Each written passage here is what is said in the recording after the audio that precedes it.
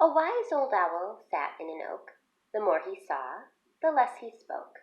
The less he spoke, the more he heard. So let's be like that wise old bird. Now, at the beginning of European civilization, they were across the land a bunch of disconnected but self-sufficient manors.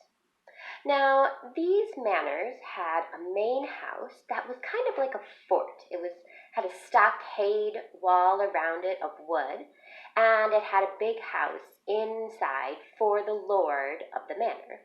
Now, over time, they became more fancy and they turned into castles made of stone, but at the beginning, they were wooden and stone together.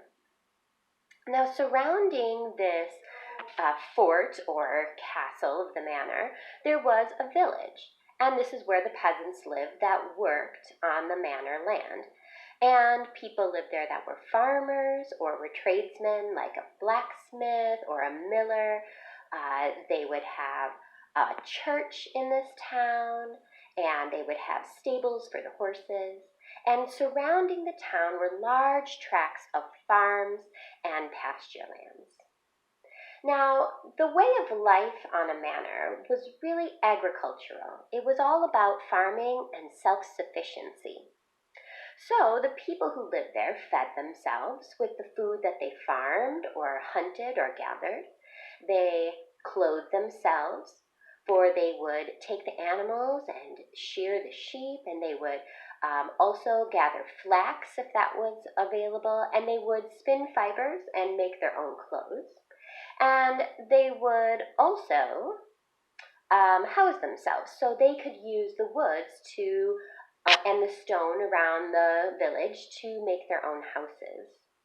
Now, the peasants that lived in the village were very good farmers, and they were very good at observing. In fact, they figured out crop rotation without knowing any of the science behind it. They knew by observing that if you moved around the crops, didn't plant the same thing in the same spot every year, they grew better. They would have more food that would be yielded each year. They also learned that if you let a field rest for a year with no plantings, it would also grow food better. So they invented or discovered the 3-year crop rotation. Now, they weren't able to grow everything that they needed, and so sometimes they would have to trade, and so they would use their surplus goods of food or of wool or cheese, and they would trade for things like salt or iron that they couldn't get right there on the manor lands. This was all about cooperative living on a manor. They farmed the land together. They didn't each have their own separate farms. They had a large fields that the whole village would go out and they would plant and they would harvest all together.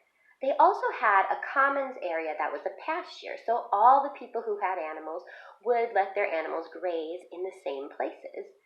They also had the natural resources around them that they used and shared together, like the stones and the wood and hunting and gathering. So this manor system was a cooperative system of self-sufficiency. Now, it wasn't perfect. The peasants didn't own that land, the lord of the manor did, and it was hard work being a farmer. A lot of these peasants didn't live past 30 years old, and they also had to pay the lord of this manor. They would pay them in the food that they grew, the food that they hunted and gathered, and all their labor of shearing those sheep and bringing wax from the bees and making beeswax candles. All of those things were also given to the Lord. So they got to keep a little bit, enough for themselves to survive, but they gave a lot of it to the Lord. So while they worked together, it was not a perfect system. Now, this was called manorialism, and this led to another system called feudalism. Now, in feudalism, it seemed a lot the same. There were tracts of land that people were working, and they would get that land to work to keep some for themselves and give some to the person who owned it. But it was a little different. This was not just an economic system. It was more political. It was more about the armies. Now, let's say that the king owned large tracts of land, and he would give some of the land to a lord or a noble. Now, these tracts of lands were called fiefs.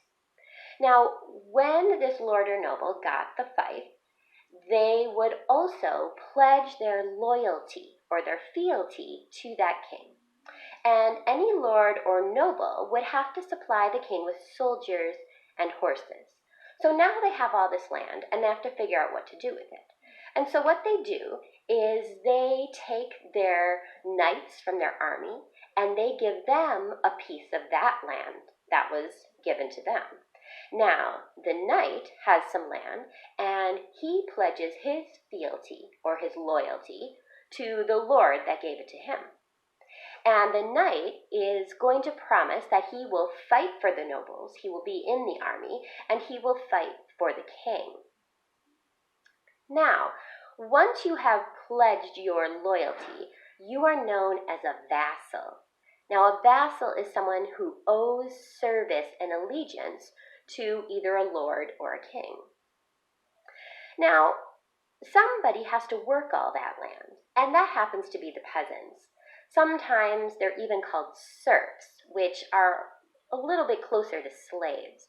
Now, what happens is these peasants are working the land just like in the manor system, but they have to give even more because they are giving to the knight that owns that land or the lord, and all of that even goes to the king. So they're paying possibly 2 or 3 times to people that are higher than them. Now, what do they get out of this? Well, they get the protection of the king's army. And so, while that is good, they're living this very hard life. And like I said, they only live till they're about 30 years old on average, which isn't very old at all for nowadays. Now, these peasants, they come with the land.